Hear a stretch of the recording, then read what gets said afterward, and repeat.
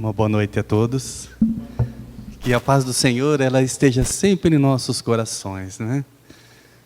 Olha, para mim é uma alegria estar aqui. Porque embora seja a primeira vez que eu estou aqui para a gente bater um papo, para a gente poder falar um pouquinho sobre o Evangelho de nosso Senhor Jesus Cristo, a minha relação de amizade com a família Runho, do cantinho aqui, é algo assim, não vamos falar tempo, né? Mas de muitos tempos, né? Meu tio Anésio, que não é meu tio, tá? Mas meu tio Anésio, minha tia Isaura, Xandinho, o Adriano, o Alain, são pessoas muito queridas no meu coração, que eu tive a alegria de conviver na infância, né? Na juventude, né? Vamos parar por aí, porque tem muitas histórias aí. A gente chora. Então, mas é muito bom estar aqui. E é muito melhor ainda, e uma responsabilidade muito grande, quando nós nos propomos a trazer algumas reflexões do Evangelho. Porque para aquele que vem aqui falar algo, primeiramente, ele vai fazer uma reflexão, vai buscar os recursos, obviamente, do Evangelho, dos livros complementares, mas é preciso que, pelo menos, aquela pessoa que se propõe a falar, que busque vivenciar um pouco do assunto que vai ser abordado. E aí é que é o complexo, é complicado, porque a gente tem que tentar colocar no nosso dia a dia. Temos que tentar vivenciar aquilo que nós vamos falar, porque senão fica apenas palavras. E é importante que a gente passe um sentimento junto.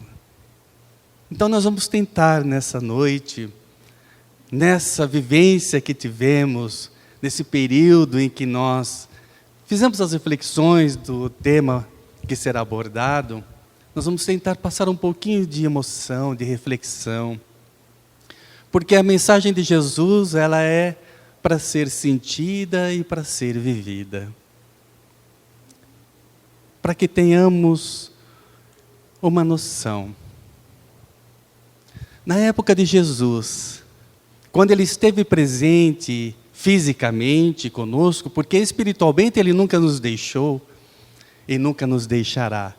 Mas quando ele esteve aqui conosco, fisicamente, por onde ele andava, por todos os lugares que ele passava, uma multidão, um grupo muito grande de pessoas o seguia.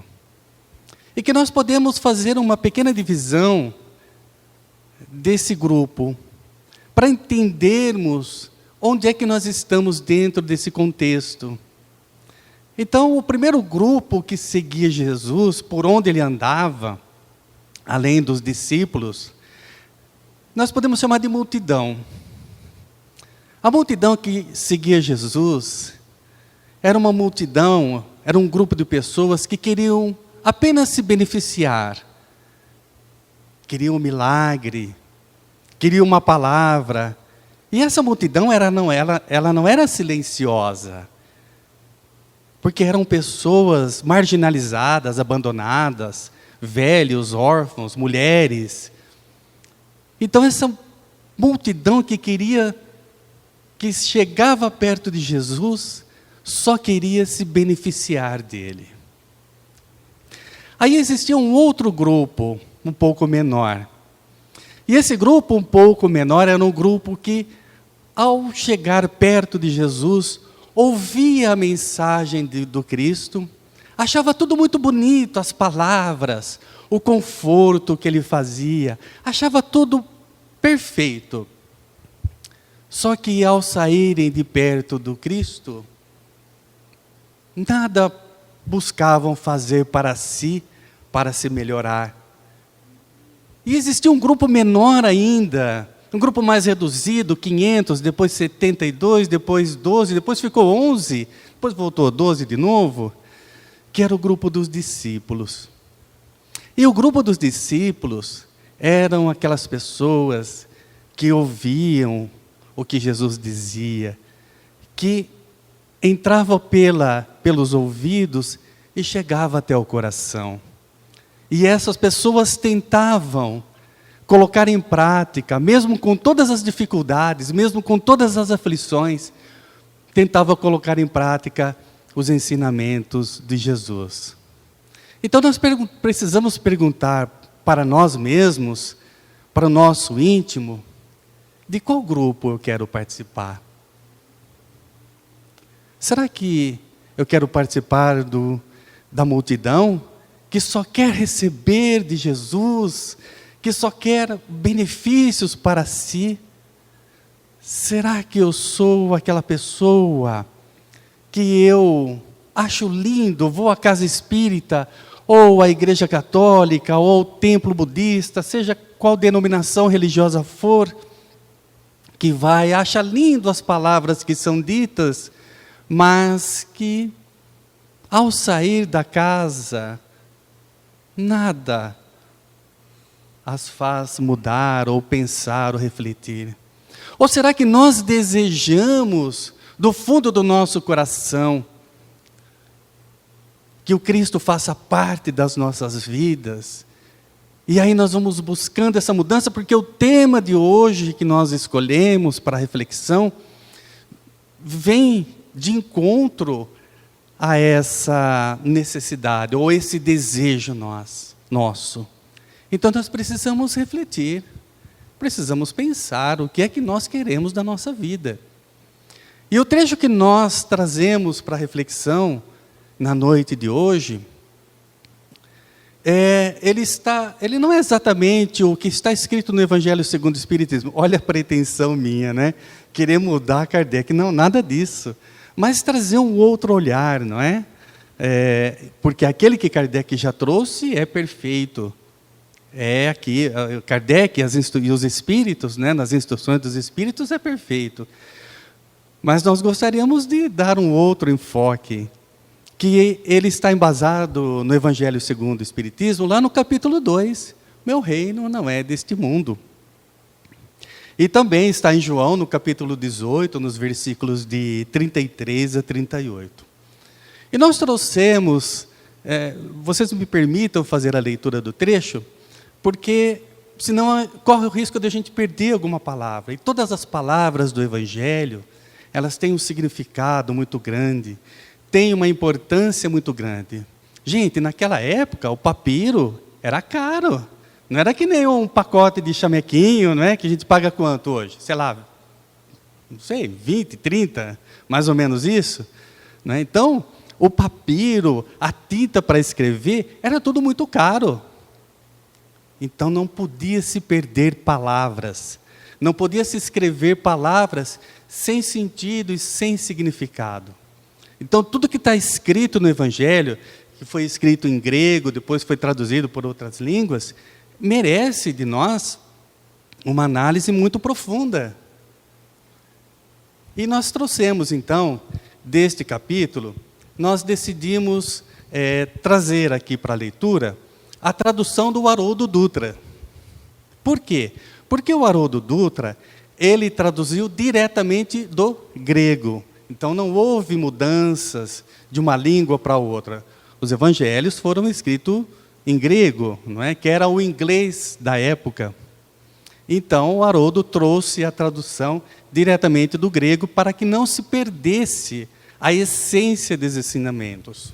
Então, nós vamos trazer fazer uma leitura do trecho para que a gente possa refletir nesses versículos, tá? Diz assim: Pilatos então entrou novamente no pretório, chamou a Jesus e lhe disse: Tu és o rei dos judeus? Respondeu Jesus: Tu dizes isso de ti mesmo, ou outros te disseram isso a respeito de mim? E respondeu então Pilatos: Acaso eu sou judeu? O teu povo e os seus sumos sacerdotes te entregaram a mim. Que fizeste? Respondeu Jesus: Meu reino não é deste mundo.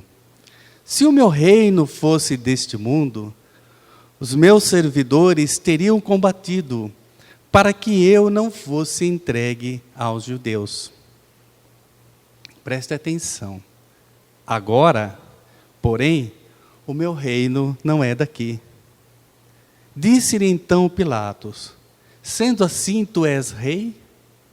Respondeu Jesus: tu dizes que sou rei. Eu fui gerado para isso, e para isso vim ao mundo, a fim de testemunhar a verdade. Todo aquele que ouve a verdade, ouve a minha voz. Nós não vamos conseguir trazer todo o conteúdo dessa passagem, porque ela é muito grande e muito extenso, e a gente teria que ficar muitas e muitas horas, parar a madrugada, aí vai dar problema, não é? Mas nós vamos trazer apenas algumas reflexões. E a primeira dela, que nós vamos fazer, é sobre o sentido, sobre a palavra agora. Tá?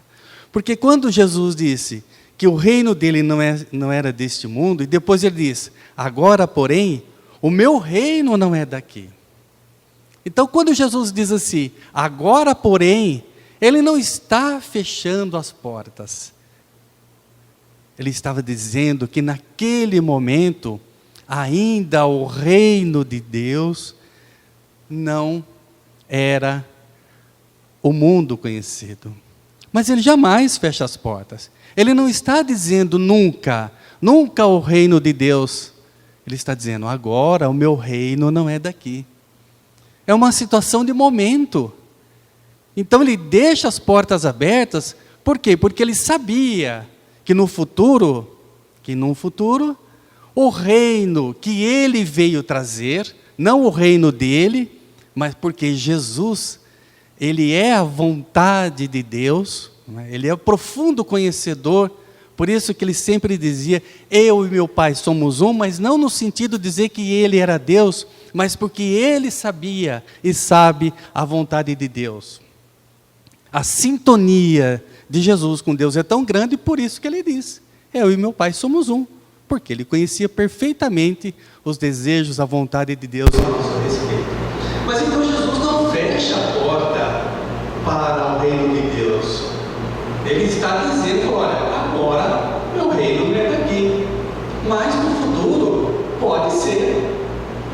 E de quem será que depende isso, né? De quem será que depende a implantação deste reino de Deus? Será que depende agora de Jesus? Será que depende só do Cristo? Ou depende também de nós? Mas antes da gente continuar falando um pouquinho desse reino de Deus, é preciso que a gente faça uma reflexão desses dois personagens aqui.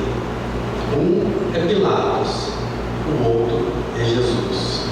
Um é o poder do mundo, o outro é do poder real, é do amor, é da verdade. Então, quando nós fazemos uma reflexão sobre Pilatos, quem era Pilatos? Pilatos, ele era o governador da província, ele era o responsável por conduzir, né, junto com os soldados romanos, conduzir ou não deixar que os judeus, que eram um povo dominado, que saísse da linha. Permitia a ele que o povo tivesse certa liberdade, mas estava sob o jugo de Roma.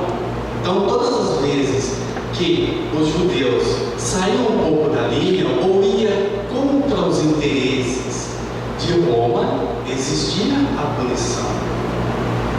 Então, Pilatos, ele usava de todos os artifícios armamentistas, de disciplina, para manter o povo ali sob o seu domínio.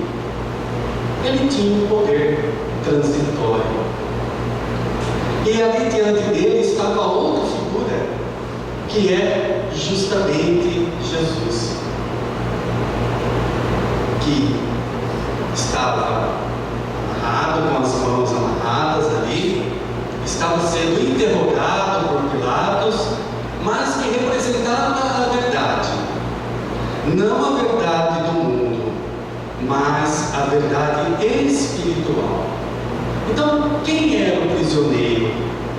Aos nossos olhos, nós achamos que era Jesus. Mas o verdadeiro prisioneiro não é o Cristo, era Pilatos. E muitas vezes, hoje, nós somos prisioneiros de nós mesmos.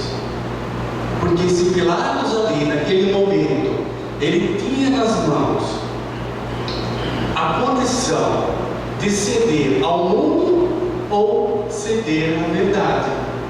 Pilatos ali, ele estava ouvindo o que os sacerdotes queriam, ou seja, que condenasse Jesus, mas ao mesmo tempo, ele tinha pessoas ali, um grupo pequeno, que queria que ele soltasse o Cristo.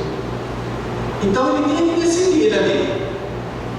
Ou ele cedia aos interesses humanos, ou ele cedia à verdade. E o que ele fez? Sem julgamento algum, ele cedeu aos interesses humanos. E às vezes a gente começa a condenar a Pilatos, mas será que nós também não cedemos nas nossas decisões do dia a dia às coisas humanas? Sim, porque a todo instante, a partir do momento que nós abrimos os nossos olhos pela manhã, nós temos as escolhas a tomar.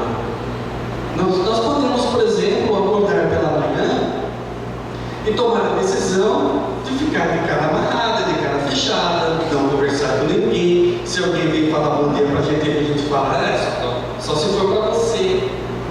Mas nós podemos acordar pela manhã, abrir os olhos, sorrir, falar bom dia, desejar um bom dia para os nossos familiares, para os nossos amigos, onde quer que estejamos. Todos os dias nós temos escolhas. Como Pilatos escolheu, nós também nós temos que escolher. E vamos escolher. Agora, o que é que eu estou deixando, né? Quais são as escolhas que eu estou fazendo? Estou escolhendo ser rude?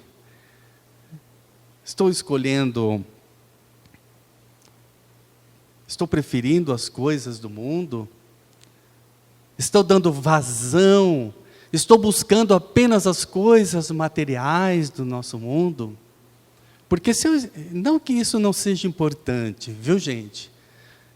Ter uma boa condição, ter um lar, ter o que se alimentar, o que beber, onde dormir, é um direito de todos. E todos nós podemos buscar, não é disso que nós estamos falando. O que nós estamos buscando refletir é que não podemos fazer dessas atividades as únicas atividades do nosso dia a dia. Porque se nós só pautamos a nossa vida nas coisas, na busca das coisas materiais,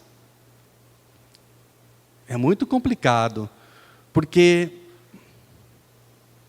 lá no capítulo 16 do Evangelho segundo o Espiritismo, lá no item 14, que é uma instrução dos Espíritos, do Espírito Lacordaire, ele diz uma coisa assim, olha só, nada vos pertence neste mundo, nem o vosso próprio corpo.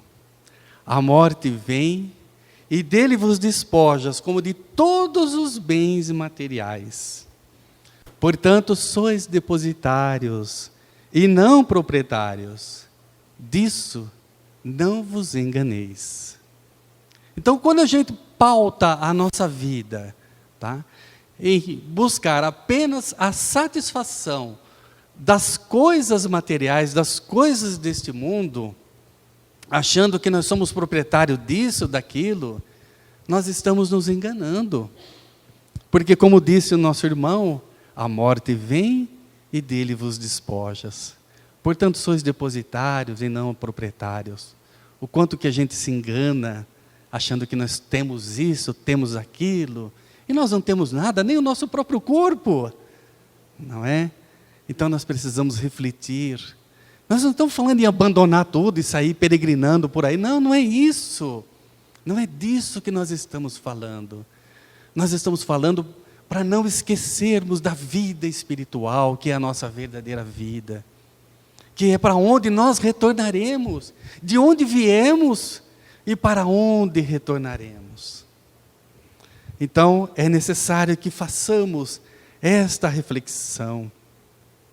Mas, agora sim, vamos voltar um pouco para falar desse reino de Deus. Para que esse reino seja implantado. Às vezes a gente espera tanto, não é? Nossa, esperamos que Jesus volte e implante o reino aqui. Muitas crenças acreditam que Jesus vai voltar e vai restabelecer toda a verdade. Mas Jesus já veio. Já fez a sua parte, já deixou a sua mensagem. Então, muitas vezes nós paramos para refletir e falar assim, nossa, onde será que está esse reino de Deus? Por onde que ele começa? Aí nós vamos encontrar lá no livro Boa Nova, no capítulo 3, uma passagem de Jesus. E ele diz assim, nós vamos ler apenas um trecho. Livro Boa Nova, de Humberto de Campos, capítulo 3. Um diálogo do Cristo com o sumo sacerdote. Galileu, que fazes na cidade? E Jesus responde, passo por Jerusalém, buscando a fundação do reino de Deus. Exclamou Cristo com modesta nobreza. Reino de Deus? Tornou o sacerdote com acentuada ironia. E que pensas tu que venha a ser isso? E Jesus responde, esse reino é a obra divina no coração dos homens. Esclareceu Jesus com grande serenidade. Então, meus queridos irmãos e irmãs, o reino de Deus não é um reino exterior. Nós precisamos compreender que nós precisamos trazer esse reino de Deus mais para o nosso íntimo, para o nosso mundo íntimo. Não é de fora para dentro, é de dentro para fora. E é muito importante que a gente faça, porque buscar esse reino de Deus é entender e é trazer para nós uma coisa muito importante, é buscar a mudança. Então, se eu tenho esse desejo, se eu quero realmente, porque eu tenho que querer, tá? Porque se eu não quiser trazer esse reino de Deus, que tanto é falado do Evangelho, se eu não quiser, se eu não tiver vontade, como diz a pergunta 909 do Livro dos Espíritos, né? Quando Kardec pergunta assim, se é possível ao homem vencer as suas más tendências ou as suas más inclinações, depende da tradução, né? E os Espíritos respondem, sim, é possível. E eles, para mim, só aí essa pergunta já estava satisfeito, me dando a entender que eu posso sim mudar as minhas más inclinações, as minhas más tendências. Mas eles continuam, e com pouco esforço. Aí já começou a bater um pouco mais, né, em mim. Eu falei, caramba, eu posso mudar e com pouco esforço. Para mim já estava bom a resposta. Não, tá bom, já vou parar por aí. E eles continuam, o que vos falta é vontade. Então, para trazer esse reino de Deus, de que Jesus fala, a primeira coisa que nós precisamos ter é vontade. Se nós não tivermos vontade, ninguém vai poder fazer isso para nós. Agora, é impossível? Não, não é impossível. Mas é difícil para nós. Por que que é difícil? Porque toda mudança dói. Dói, não dói? Dói. E não é uma dor física, Porque se você está com uma dor física, você toma um comprimido, você toma um remédio, essa dor vai passar. Mas falar em mudança íntima, de transformação, falar de trazer esse reino de Deus para dentro dos nossos corações, dói. E dói muito.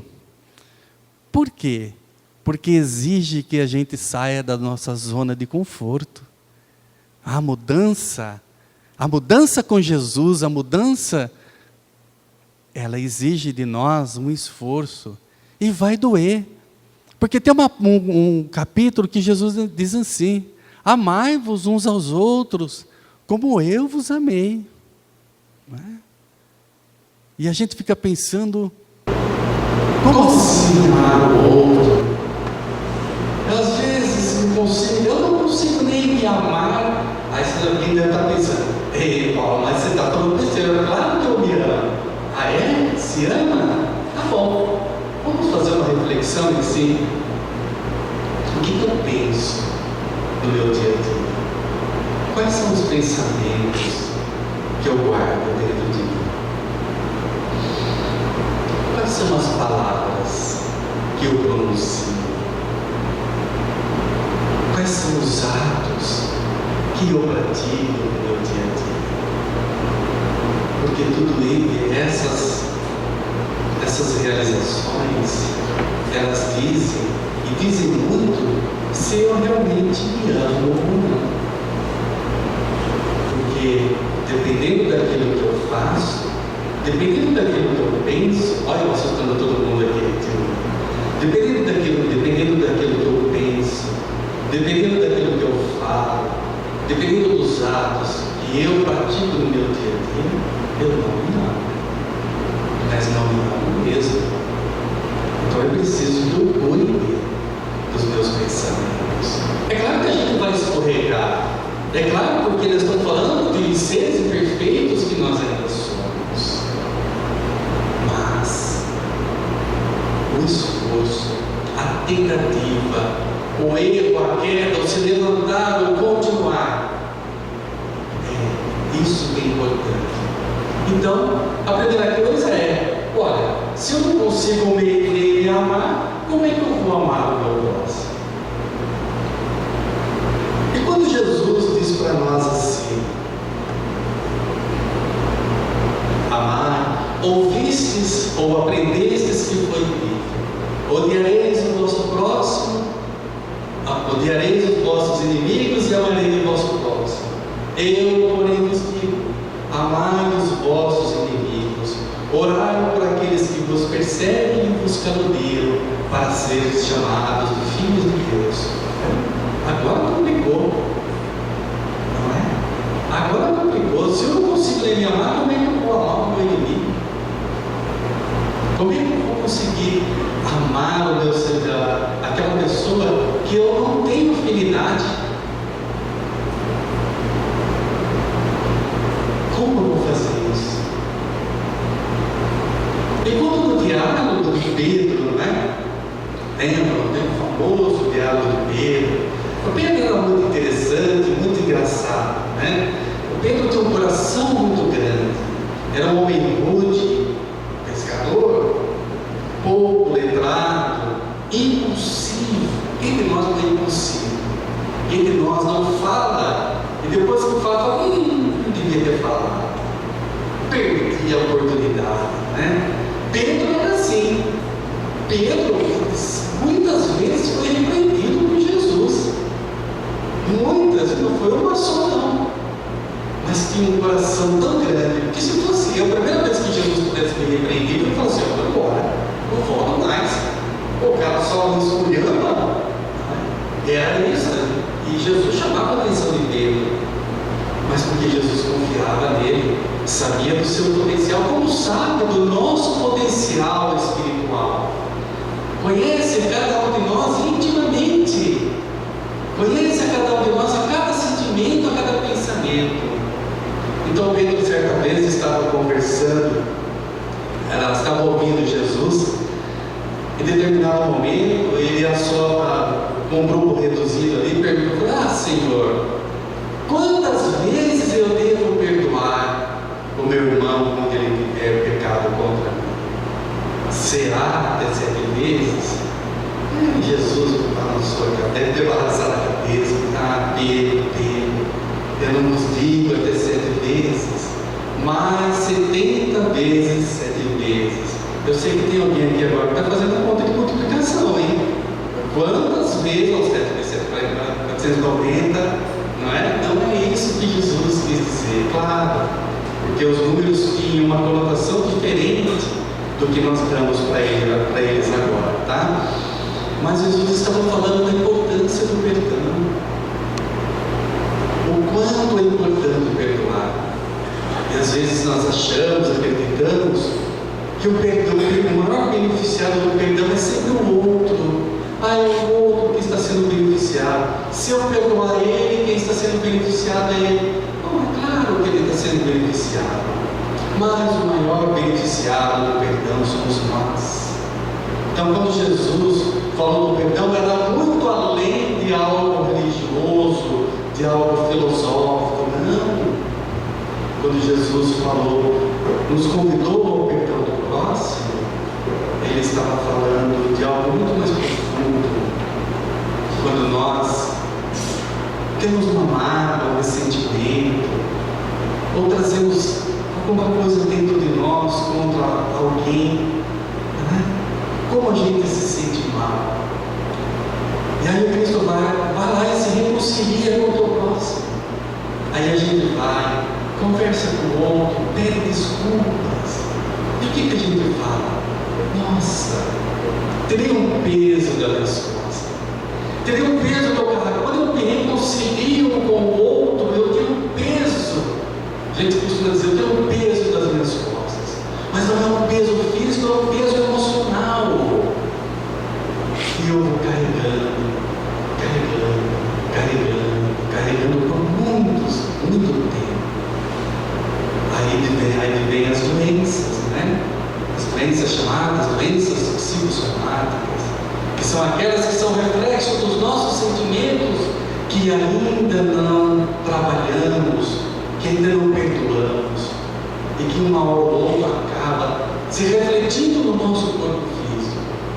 Então, quando Jesus nos convida ao perdão, é muito mais que algo filosófico, é um convite a estarmos bem, a nos sentirmos bem conosco mesmo, a cuidar do nosso corpo orgânico, a cuidar do nosso emocional, do nosso ser mais íntimo.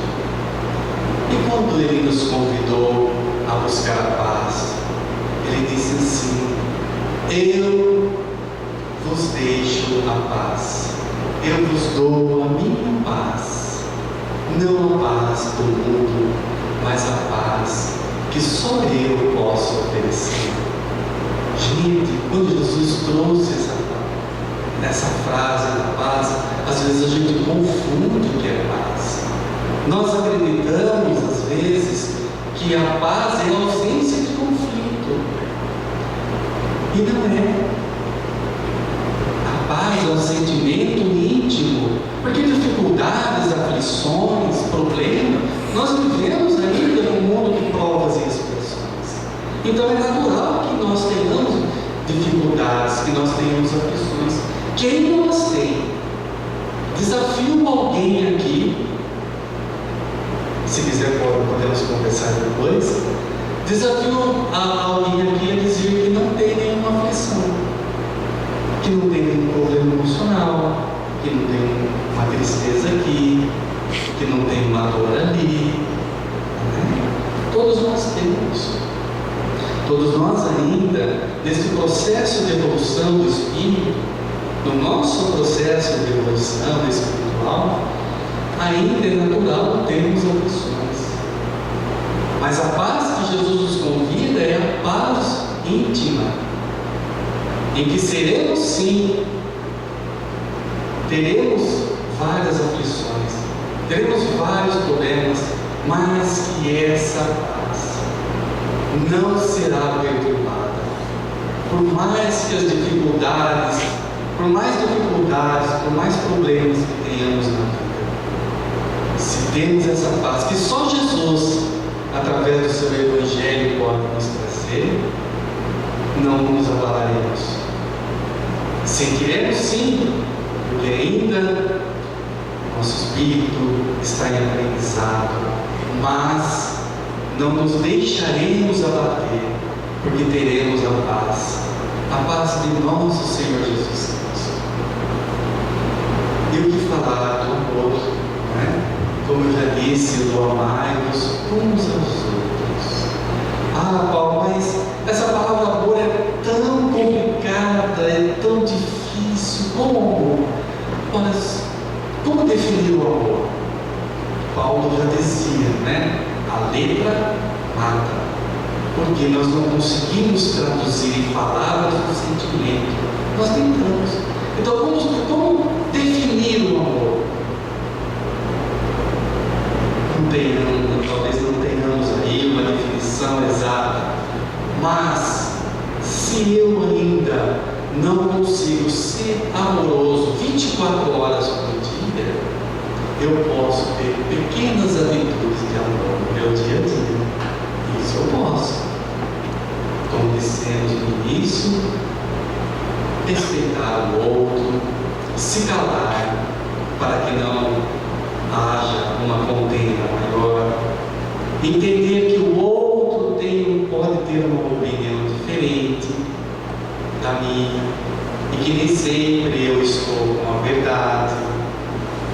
Então, são pequenas atitudes de amor que nós podemos ter durante o dia, que na construção, na junção de todas essas pequenas atitudes de amor, nós vamos encontrando, vamos deixando esse amor fluir e crescer e despertar em nós.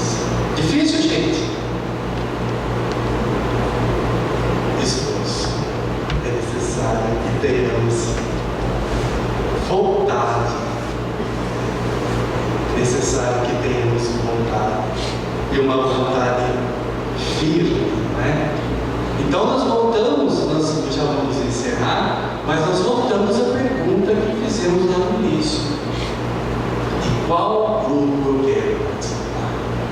Eu só quero me beneficiar de Jesus? Ou eu acho só bonito as palavras de Cristo?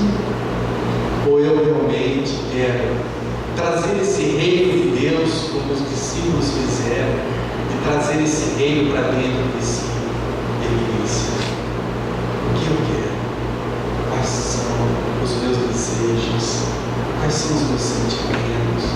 Quais são os meus pensamentos espirituais? E nós gostaríamos de encerrar essa nossa fala, não mais nem menos, com Emmanuel, uma passagem muito bonita do livro Fonte Viva, que é a mensagem 17. Ele tem o título de Cristo em Nós. E Emmanuel diz assim: os homens esperam por Jesus, e Jesus espera igualmente pelos homens. Ninguém acredita que o mundo se redima sem almas redimidas. O Mestre, para estender a sublimidade do seu programa salvador, pede braços humanos que o realizem e intensifiquem. Começou o apostolado, buscando concurso de Pedro e André, formando em seguida uma assembleia de 12 companheiros para atacar o serviço da regeneração planetária. E, desde o primeiro dia da Boa Nova, convida, insiste e apela junto das almas, junto de nós, gente. Ele não está falando para nós, junto das almas, para que se convertam em instrumentos de sua divina vontade, dando-nos a perceber que a redenção procede do alto, mas não se concretizará entre as criaturas sem a colaboração ativa dos corações de boa vontade. Ainda mesmo quando surge pessoas buscando alguém para a sua lavoura de luz, como aconteceu com a conversão de Paulo, o mestre não dispensa a cooperação dos servidores encarnados. Depois de visitar o doutor de Tarso diretamente, procura Ananias, enviando-o a socorrer do novo discípulo. Porque nenhum de nós está abandonado. Porque todas as vezes que nós nos propomos a mudar, nós temos uma legião de irmãos que nos auxiliam, nos incentivam, nos ajudam a nos impulsionar para a frente. Por que razão Jesus se preocupou em acompanhar o recém-convertido, assistindo-o em pessoa? É que, se a humanidade não pode iluminar-se e progredir-se no Cristo, o Cristo não dispensa os homens na obra de surgimento e sublimação do mundo. Ide e pregai, eis que vos mando, resplandeça a vossa luz diante dos homens. A seara é realmente grande, mas poucos são os ceifeiros. Semelhantes afirmativas do Senhor provam a importância por ele atribuída contribuição humana. Amemos e trabalhemos, purificando e servindo sempre. Onde estiver um seguidor do Evangelho, aí se encontra um mensageiro do amigo celestial para a obra incessante do bem. Cristianismo significa Cristo em nós. Com esta mensagem, nós encerramos a nossa fala e rogamos a Jesus, a nosso Senhor Jesus Cristo, que nos dê forças para que possamos implantar em nossos corações esse reino de Deus. E juntos, um colaborando com o outro, um ajudando o outro, nós aí sim vamos expandir este reino de Deus que habita em nós, aos nossos lares, aos nossos locais de trabalho, em nosso